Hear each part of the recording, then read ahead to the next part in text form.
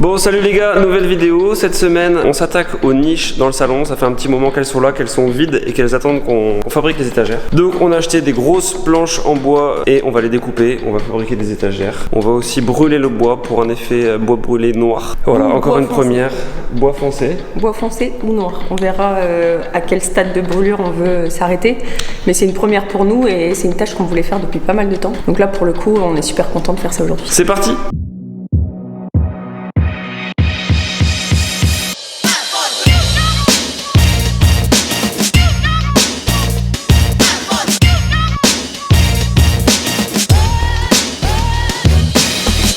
Bon, alors ici les niches elles font environ 1 mètre de large et 2 mètres 30 de haut. Donc l'idée c'est de réaliser 4 étagères par niche. En fait là les niches sont simples et plutôt que de mettre les étagères telles quelles comme ça, on voudrait faire une découpe pour avoir un effet un peu comme si la planche était incrustée dans le placo. Donc en fait on va faire une découpe ici comme ça. Et l'idée ici c'est pas de calculer au niveau des 2 mètres 30 et de partager les 2 mètres 30 en mettant les 4 étagères de même écartement. L'idée en fait c'est d'avoir quelque chose de plus structuré avec la verrière. On a la verrière qui se trouve ici et là en fait il y a 2 bancs noirs qui viennent là. Mais ici il y aurait une planche là, une planche juste en dessous et après on aurait des écartements un peu plus larges pour pouvoir justement mettre des objets un peu plus haut parce que souvent on est très limité une fois qu'on met nos planches. On est limité à mettre des livres ou des petits objets. Là j'aimerais vraiment avoir un écartement plus serré ici pour mettre des bouquins et ici des objets plus importants. Et après les deux autres je pense qu'on viendra les mettre ici à mi-hauteur.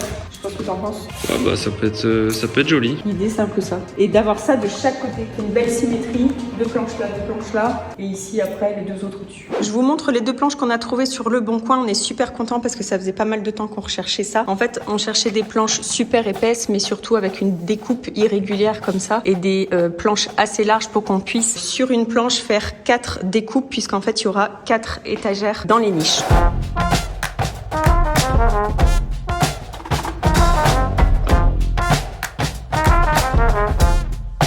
Ici, j'ai préparé un petit plan approximatif de ma coupe, mais en gros, la planche, on va la diviser en 4 tablettes. Donc dans une planche, on en fait 4, donc finalement une planche pour une niche. Voilà, et ici, c'est ma forme avec mes côtes. Donc on est parti, je vais déjà couper grosso modo en 4 morceaux, et ensuite on viendra faire toutes les petites encoches.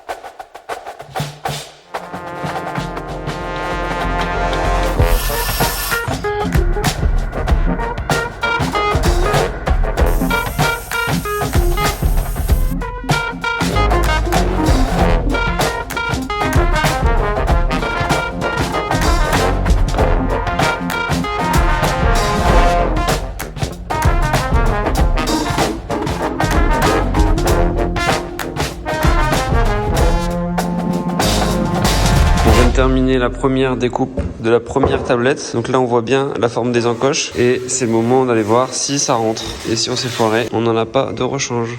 C'est surtout est-ce que la niche est d'équerre. Parce que le fond est aussi écarté que le devant. Il n'y a rien d'équerre dans cette usine donc je ne crois pas. Dans cette cuisine. Dans cette usine. Verdict. Ça a l'air de rentrer déjà au poil de cul. Alors, en fait, le fond, ici, il faudra raboter un peu le fond, on dirait. Bon, le fond, il est plus écarté que le devant. Attends, et là-bas, si on la met de l'autre côté... On va raboter un peu le fond. On a pire que tout. Ouais. Là, c'est encore moins d'équerre, faudra faire gaffe. Pourquoi c'est pas d'équerre? Ça va être la merde. Avant de couper, j'aurais dû prendre les côtes intérieures de mon tracé et vérifier ce que ça aurait rendu en fait. C'est pas grave, je vais la recouper sur le fond et elle devrait rentrer là-bas. Alors j'en ai fait 2 pour l'instant. Voilà, la première, il y avait un peu d'écart mais c'est pas grave. La deuxième, elle est nickel. Du coup, je vais utiliser la deuxième pour tracer les 2 autres de la même niche. Donc je vais la poser sur ma planche et puis je vais tracer tout autour le contour.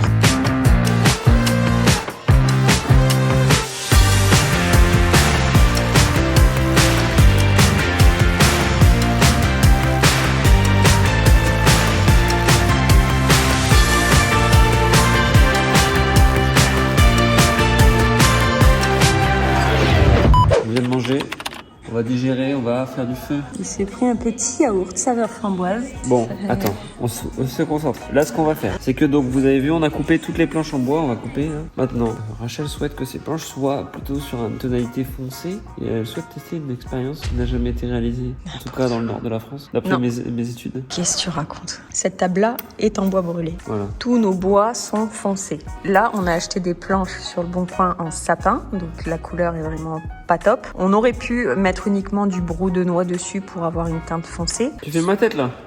Oui. Oh bah alors, filmons ta tête. Bah écoute, t'étais concentré, c'était beau à voir. Donc là, on va essayer de brûler le bois. Donc on avait acheté chez Leroy Merlin un truc qui ressemble à un chalumeau. Ouais, on a acheté un lance-flamme. Un espèce de lance-flamme, ça coûte 20 balles je crois. Et on a à la cave une bouteille de gaz que l'on avait à l'époque achetée pour se chauffer ici quand il faisait froid. Donc on va récupérer le propane, on va brancher le lance-flamme et on va projeter du feu sur une planche pour voir si elle brûle quoi. Voir ce que ça fait. Alors moi elle brûle mais il faut pas que ça finisse en braise quoi. Faut que ce soit juste noir quoi. Alors, c'est ça? Ça s'appelle comment? Attends. Ça c'est, y a pas de nom. Et où il est marqué FR, ils ont mis le colson. On sait pas alors. Super, bravo quoi. En tout cas en italien c'est un Canelo per Salidagra. Un cannelloni. Salidagra. Donne. Allez, on va savoir c'est quoi le nom. Voilà, c'est un chalumeau pour soudure. Ah bon? Oui. On va souder. Sauf que nous on va brûler du bois. Elle chante. Chante dans le micro s'il te plaît. I believe I can fly. Ah ouais, c'était C'est exceptionnel. ça va être une dinguerie. Normalement, il y a une grosse flamme qui sort de ça. Bon, Rachel voulait le faire ici, mais bon, on est quand même dans la maison. On va éviter de mettre le feu. Qu'est-ce que t'en penses? Moi, j'aime bien prendre des risques dans la vie. Oui, mais on va éviter de mettre le feu. Qu'est-ce que t'en penses? Je pense que c'est bien. On peut aller dehors au bord de la piscine. Bon, allez, je vais chercher la bouteille de propane. Alors, là, on est dans la cave. Vous noterez quand même que tout commence à être plutôt bien rangé. Mais je vous ferai une vidéo bientôt là-dessus. Et je vais aller récupérer la bouteille de gaz. Je sais pas où elle est. Ah, ben elle est là! J'espère qu'elle est... Ah non, c'est du butane. J'espère qu'il y en a encore en fait. Bon, on va faire un premier test. On a mis des petits tréteaux en métallique là. Ça devrait pas cramer. On va cramer au milieu. Pour l'instant, on va faire un test sur des chutes. Donc c'est parti. Bon, c'est parti, c'est Rachel qui se lance. Non, j'ai peur. Allez, fais-nous rêver. Non, j'ai peur aussi. Au pire, si on prend feu, on a juste à sauter dans la piscine.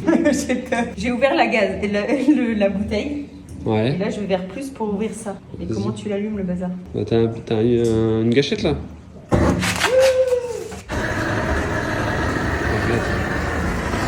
Ça y est. Ça y est. Eh, ça met longtemps, Ça marche. Bah après t'as la puissance non? T'avais ta molette là, plus moins. Enlève la bougie, s'il te plaît. Bah alors mets pas... Enlève la bougie, elle met le feu à côté de la bougie.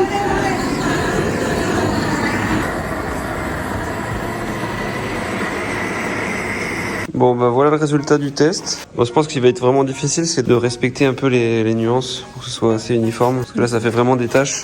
C'est difficile que ce soit uniforme ou pas? Ben, en fait, si tu veux, quand ça fonce vraiment, c'est que la flamme est partie et du coup, ben, elle s'éteint et ça noircit vraiment le bois. Si on veut un marron foncé, il faut vraiment passer comme ça. Bah qu'est-ce qu'on veut déjà? On veut noir ou on veut foncé? C'est ça la question. Ben, je pense qu'on va partir sur noir. Elle a changé d'avis, tout à l'heure elle me dit je veux pas noir. Bah, du coup il faut essayer de le faire vraiment à 100%. Celle-là? Vas-y je vais essayer. Ouais, vas-y. Je te filme et t'essaies. Alors, retire ton téléphone si tu veux pas que ça finisse en merguez.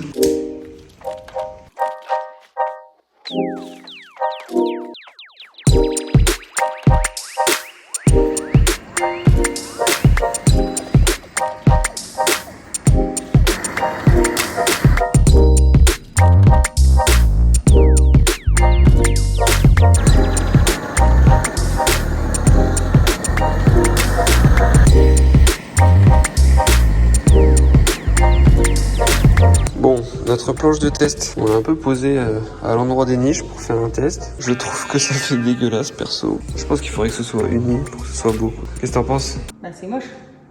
Ouais. Ouais, parce qu'on n'a pas été jusqu'au bout. Là, c'est des essais, donc forcément, ta planche, elle est dégueulasse. Si t'arrives à faire un truc uniforme, tu vois, là, ici, on est quasi plus uniforme. Bah, moi je pense que si c'est pas tout noir, c'est pas beau. Bon bah, on essaye d'aller au noir-noir.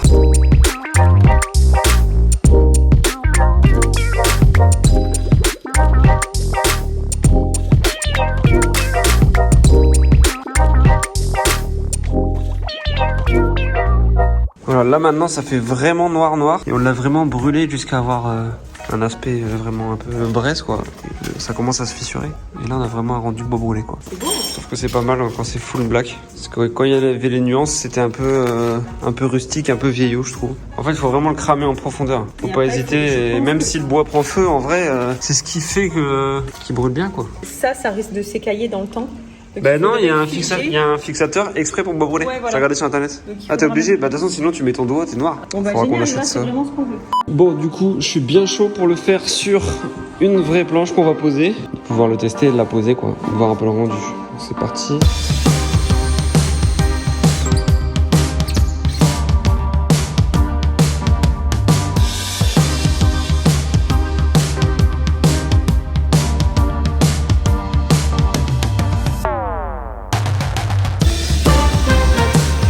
Bon, j'ai posé deux petits supports parce qu'on va commencer, on va se faire un premier test, on va poser une étagère pour vraiment être sûr qu'on aime bien avant de faire les 7 autres. Là, on va faire un test avec du brou de noix, comme ça on va voir la différence entre les planches en bois brûlé et le brou de noix, ce qu'on préfère.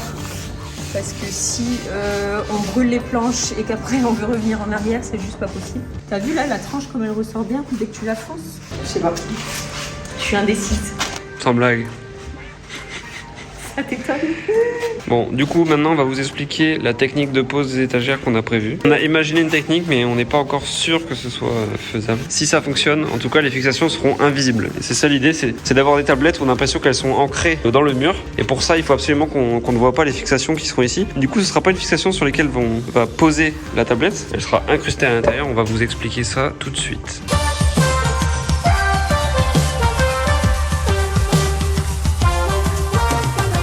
Alors du coup je vous explique rapidement le concept. On a trouvé ces sortes d'équerres, un peu ces supports justement pour étagères. Sauf que ces supports là ils sont faits pour qu'on pose l'étagère par dessus. Sauf que là ce qu'on veut faire c'est en fait faire une rainure ici à l'intérieur de la planche et venir l'enfiler sur le support. Donc en fait ça ce sera à l'intérieur de la planche et du coup on ne verra rien. Donc on va tester en espérant que ça fonctionne. Là comme on doit enfiler il faut que la lame elle soit assez épaisse mais je pense que ça le fait. Justement la scie circulaire elle a une lame plus épaisse que Multitool. Donc ça va faire la rainure parfaite normalement. Donc c'est parti.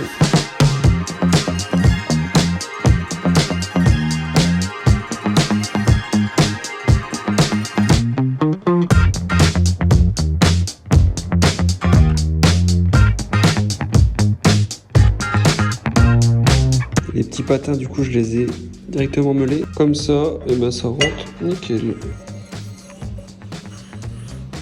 Alors j'ai fait un premier test de pose. Donc là on est sur une étagère qui est peinte avec la broue de noix et bon Rachel va vous expliquer mais il est possible qu'on abandonne le bois brûlé au profit de cette broue de noix qui est aussi très jolie. Voilà, comment vous dire, j'ai posé une première planche. Il s'avère qu'on a été quand même acheter une tête plate, voilà, pour le chimoler des vis à tête plate, puisqu'en fait ça crée une petite bosse ici et du coup ça a obligé de recouper encore un peu plus la planche. Donc ça passe mieux et du coup on l'a enfilé dans ma rainure que j'ai fait avec ma scie et écoutez ça rentre très bien. Donc voilà, maintenant on va avancer, on va essayer d'en faire d'autres pour voir un peu comment ça rend et la disposition. Bon, on se retrouve quelques jours après pour terminer les étagères. On avait fait 2 essais. Un premier essai en bois brûlé. Donc le rendu, on avait fait un rendu vraiment noir. Et on a fait aussi un test avec de la broue de noix. En fait, l'idée de brûler le bois, c'était vraiment d'avoir quelque chose de noir. Donc en fait, l'idée, c'était pas d'avoir un entre-deux, parce qu'avec l'entre-deux, en fait, on arrive à l'avoir justement avec le brou de noix. Donc là, en fait, c'était pour faire un rappel de la table noire et de la verrière noire. Sauf que aujourd'hui, avec Emilia, on se dit que le noir, clairement,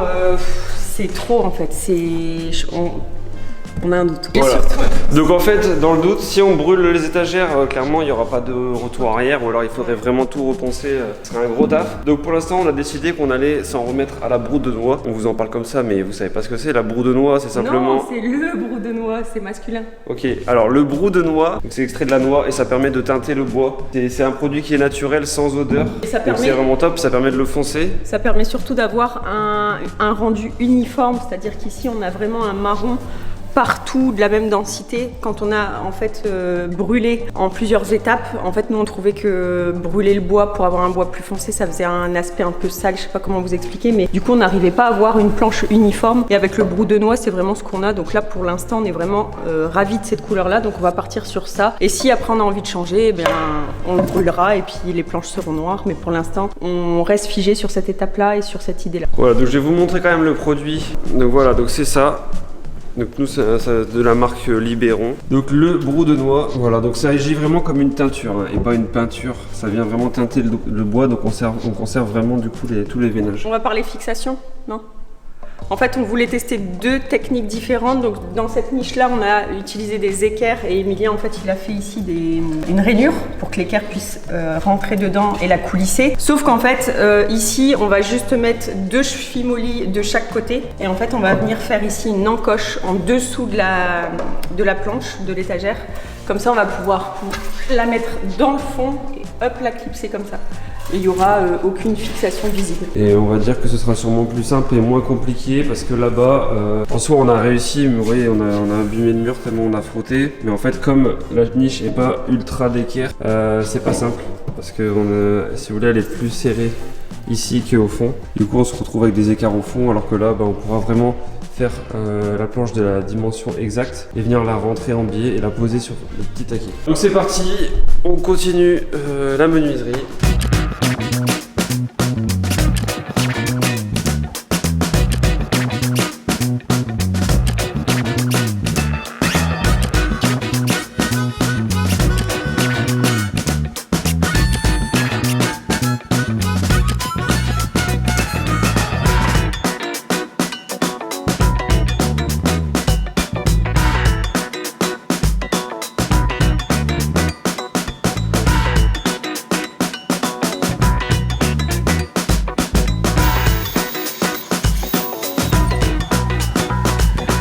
Bon les amis, ça devient bon. Voilà, je suis en train de couper du coup les 4 dernières planches. Voilà, ça fit bien. On commence à avoir des coupes plutôt propres comme dirait Rachel. Et elle nous a préparé un petit apéritif, oui. On va se remonter.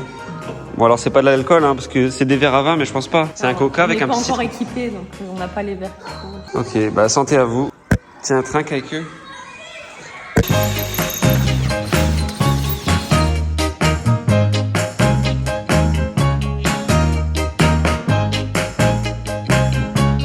Bon, on a fait un premier essai. C'est la première fois qu'on pose les 4 planches. Donc là, on remarque bien un peu la symétrie, enfin le fait qu'on ait 2 planches qui suivent ici la verrière pour créer des espaces plus petits, plus grands. Je sais pas ce que vous en pensez. Dites-nous dans les commentaires. Est-ce que vous auriez divisé pile poil ou est-ce que comme ça c'est plus stylé?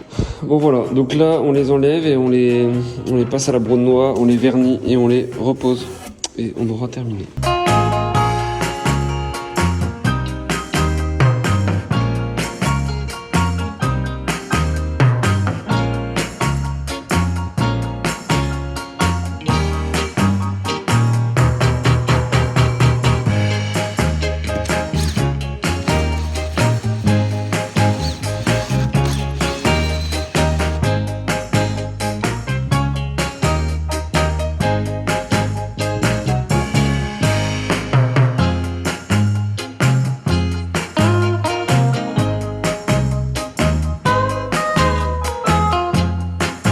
Ça y est, la première étagère est terminée les amis. C'est beau. Et là on comprend tout l'intérêt d'avoir fait des grands espaces et des petits. Non mais c'est bien, tu vois, ici, hop, bouquin. Ouais, des petits livres. Hop, grand vase avec de la déco. Et ici on va pouvoir mettre des bougies.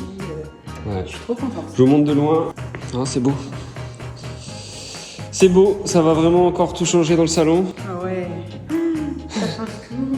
Bon voilà, donc une est finie, il reste celle-là. Les planches sont en cours de noisettes. Les tartines en fait. En fait ça c'est des grandes tartines et elle met de la noisette. Mais des Nutella. Bon bah on finit. Je suis à sec debout. Ah t'es sèche, t'es sèche. Là c'est vide. Il faut que j'aille voir dans ma réserve brou. Putain, on n'a plus de brou, on est à 2 planches et on n'a plus de brou. Bon on fait le stock de brou, on termine et on vous montre le rendu final. Je pense que ça va être canon. Rachel va mettre un peu de déco et puis Magic quoi. Oh j'ai trouvé le deuxième. Oh il en reste un peu du brou de noix. Je le mets dans ma poche. T'as trouvé? T'as pas trouvé? Je te jure, j'en ai un deuxième. Je le sens à l'intérieur de moi. Moi aussi je le sens à l'intérieur de moi. Eh, regarde à l'intérieur de moi. Non, tu l'as trouvé. Oui.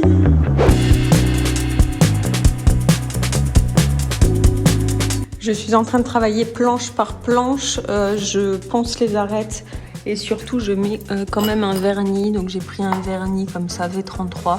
Cuisine et bain. Je l'ai utilisé en fait ce vernis pour notre table de salle à manger et ça marche vraiment super bien. Du coup j'en profite d'avoir encore du produit pour en mettre sur les planches ici.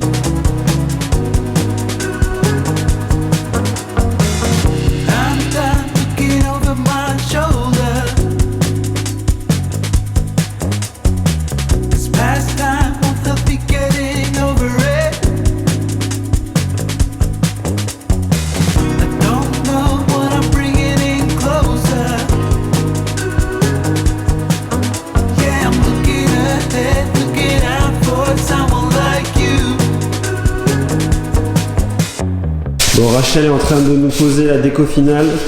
Pendant ce temps-là, j'en profite, je refais un petit retour sur les dalles de verre qu'on a posées au sol ici dans la salle à manger. Vous l'aviez vu, c'était dans la vidéo du rush de Noël. Je vous remets le lien ici. Vous avez vu un petit peu rapidement comment je les ai posées. Je voulais faire un petit retour parce qu'il y avait eu des questions. Alors pour ceux qui nous suivent déjà depuis très longtemps, vous vous souvenez quand on avait coupé nous-mêmes déjà le sol, on avait bien galéré.